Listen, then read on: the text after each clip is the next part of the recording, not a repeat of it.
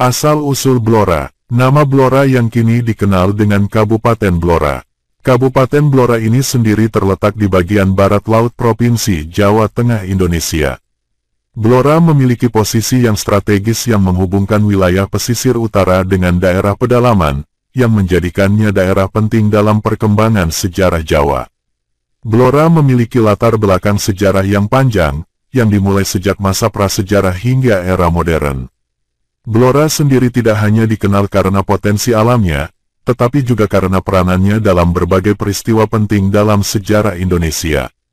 Mulai dari masa kerajaan-kerajaan Hindu-Buddha, kedatangan Islam hingga perjuangan kemerdekaan. Keberadaan Blora sebagai bagian dari kerajaan-kerajaan besar di Jawa memberikan pengaruh besar terhadap perkembangan budaya, agama dan pemerintah di wilayah ini. Sejarah Blora terkait erat dengan perkembangan kerajaan-kerajaan besar yang pernah berkuasa di tanah Jawa. Seperti Kerajaan Majapahit, Demak, Pajang dan Mataram. Seiring berjalannya waktu, Blora menjadi salah satu wilayah penting di Jawa Tengah yang turut berkontribusi dalam penyebaran pengaruh politik dan budaya dari kerajaan-kerajaan tersebut. Dengan adanya banyak pertempuran dan perjuangan yang terjadi di Blora, termasuk dalam perlawanan terhadap penjajah Belanda. Blora telah menjadi saksi bisu dari berbagai peristiwa besar yang membentuk sejarah Indonesia.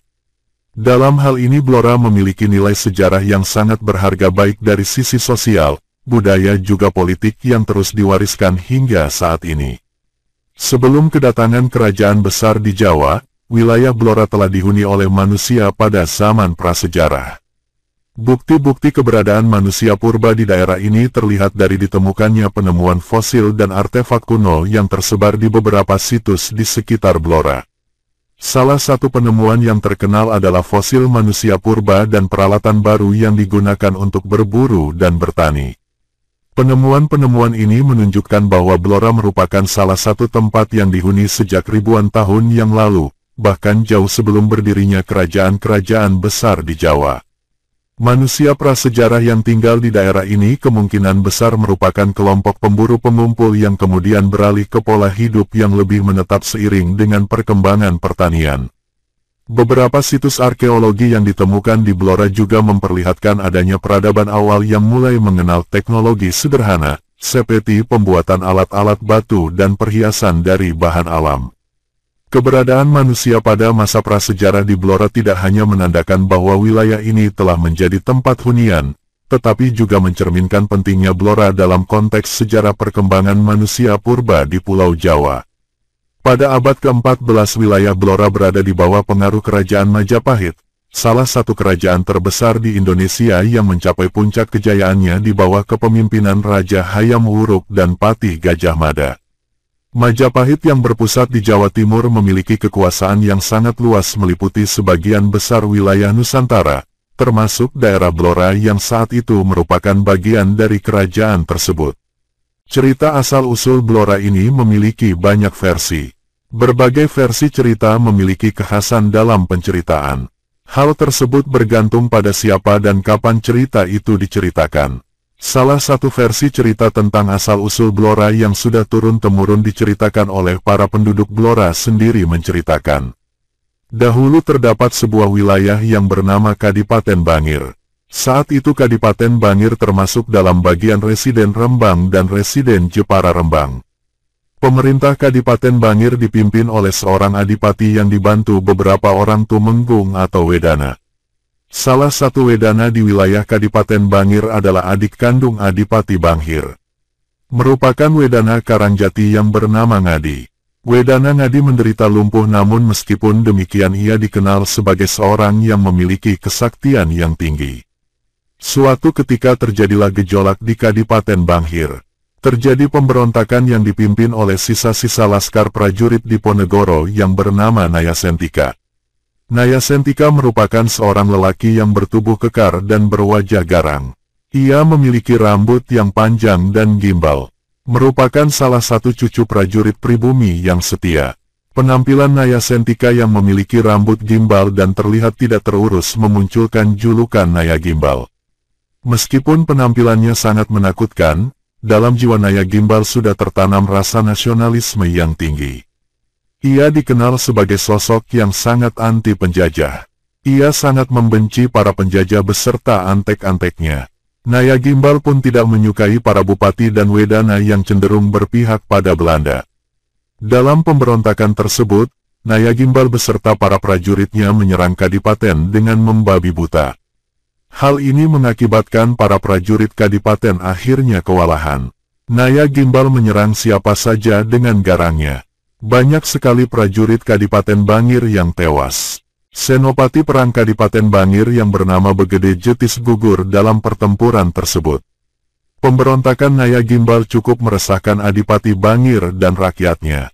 Dalam keadaan bingung dan terancam, Adipati Bangir memutuskan untuk bersemedi meminta petunjuk tentang apa yang seharusnya dilakukannya untuk menghentikan pemberontakan Naya Gimbal dan para pengikutnya. Akhirnya dalam semedinya, Adipati Bangir mendapatkan wangsit petunjuk gaib. Sang Adipati mendapat petunjuk bahwa orang yang dapat mengalahkan Naya Gimbal adalah adik kandungnya sendiri yaitu Wedana Ngadi. Akhirnya tanpa berpikir panjang, Adipati Bangir memberitahukan wangsit yang diterimanya tersebut kepada adiknya. Wedana Ngadi pun segera maju ke medan perang melaksanakan titah kakaknya yaitu Sang Adipati. Dikarenakan tubuh Wedana Ngadi itu lumpuh, ia memerintahkan anak buahnya untuk membawanya menggunakan tandu ke medan laga menghadapi Naya Gimbal. Wedana Ngadi tidak gentar sedikitpun menghadapi Naya Gimbal dan pasukannya yang garang. Dengan kesaktian yang dimilikinya, ia melawan Naya Gimbal dari tandu. Selain itu, Wedana Ngadi ternyata memiliki sebuah pusaka ampuh berupa tombak yang dinamai Godong Andong. Dengan pengaruh kewibawaan pusakanya tersebut, akhirnya Wedana Ngadi berhasil menghalau dan mengalahkan prajurit Naya Gimbal. Kemenangan Wedana Ngadi ini disambut sukacita dan sorak-sorai rakyat Kadipaten Bangir. Wedana Ngadi diarak menuju ke Balairung Kadipaten. Dengan bangga, Adipati Bangir memeluk adiknya itu.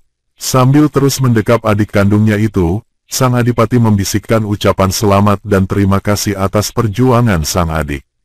Setelah itu sang Adipati berkata kepada semua orang yang ikut mengarak sang Wedana. Adipati Bangir mengatakan bahwa hari itu merupakan sejarah besar yang telah terukir oleh adiknya yaitu Wedana Ngadi yang telah berhasil menyelamatkan Kadipaten Bangir dari aksi pemberontakan Naya Gimbal.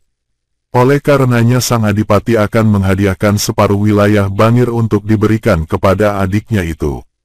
Sang Adipati tanpa sadar meneteskan air mata terharu. Tubuhnya memang lumpuh, tetapi semangat dan keberadaannya patut kita contoh, berkata sang Adipati kepada rakyatnya. Perkataan sang Adipati Bangir ini disambut gegap gempita seluruh rakyat yang berkumpul di Balairung Kadipaten sambil mengeluh-elukan nama Wedana Ngadi. Setelah mengusap air mata yang tidak disadarinya mengalir, Adipati Bangir kembali mengumumkan pemberian separuh wilayah Kadipaten Bangir. Sang Adipati mengatakan lagi kalau wilayah Kadipaten Bangir akan dibagi sama. Separuh Kadipaten Bangir dan separuh lagi akan diberikan kepada adiknya yaitu Wedana Ngadi. Seluruh rakyat bersorak-sorai mendengar kata sang Adipati.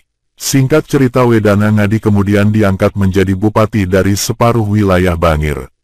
Namun wilayah yang dihadiahkan itu belum mempunyai nama.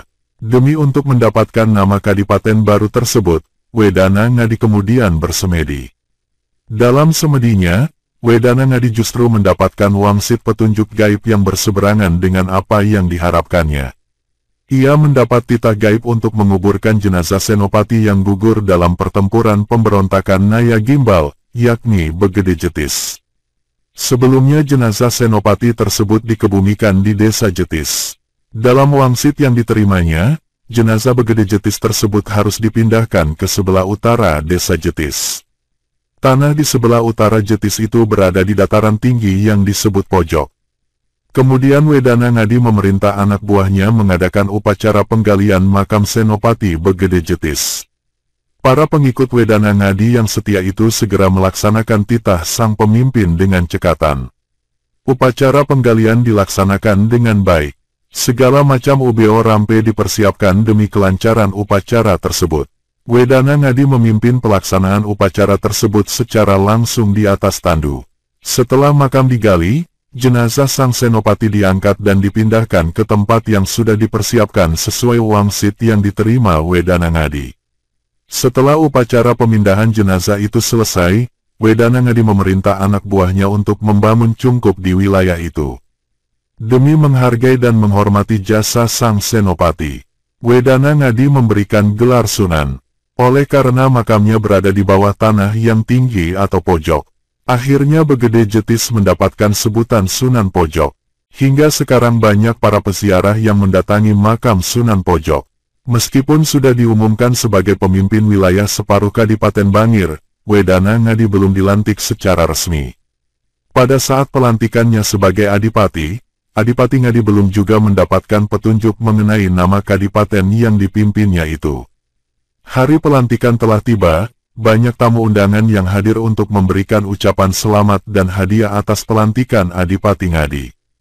Kemudian sang Adipati baru itu pun mendapatkan ide untuk nama kadipaten dari sebuah hadiah yang dibawa oleh asisten residen Rembang. Sang Adipati dihadiahi seekor kuda tunggang atau kuda teji yang masih muda yang dapat dipakai sebagai kendaraan. Dalam bahasa Jawa, anak kuda atau kuda yang masih muda disebut dengan belo, namun entah kenapa tiba-tiba kuda yang dihadiahkan tersebut jatuh sakit. Tercetus oleh Ngadi untuk memberi nama kadipaten baru yang dipimpinnya itu Blora yang berasal dari kata belo atau anak kuda yang masih muda, dan lara yang artinya adalah sakit. Pada upacara pelantikan tersebut Adipati Ngadi resmi menjadi Adipati Blora. Pemerintahan Adipati Ngadi sangat baik meskipun beliau cacat, tetapi memiliki strategi kepemimpinan yang baik. Adipati Ngadi memimpin dengan bijaksana. Ia tidak segan turun langsung ke wilayah-wilayah perkampungan untuk mengetahui langsung keadaan rakyatnya. Ia begitu dicintai rakyatnya. Rakyat merasa senang dan tentram. Hasil bumi Kadipaten Blora melimpah di bawah kepemimpinan Adipati Ngadi. Adipati Ngadi meninggal dalam usia lanjut. Sebelum mangkat sang Adipati berpesan agar dimakamkan di sebelah utara Kadipaten yang berbatasan dengan Kadipaten Bangir. Masyarakat Blora menyebut makam Adipati Ngadi dengan sebutan Ngadi Purwa yang berasal dari kata Ngadi yaitu nama Adipati yang dimakamkan dan kata Purwa yang berarti pemula. Sebutan tersebut dimaksudkan untuk menghormati dan mengenang jasa Adipati Ngadi sebagai pemula atau pendiri Kadipaten Blora yang sekarang menjadi Kabupaten Blora.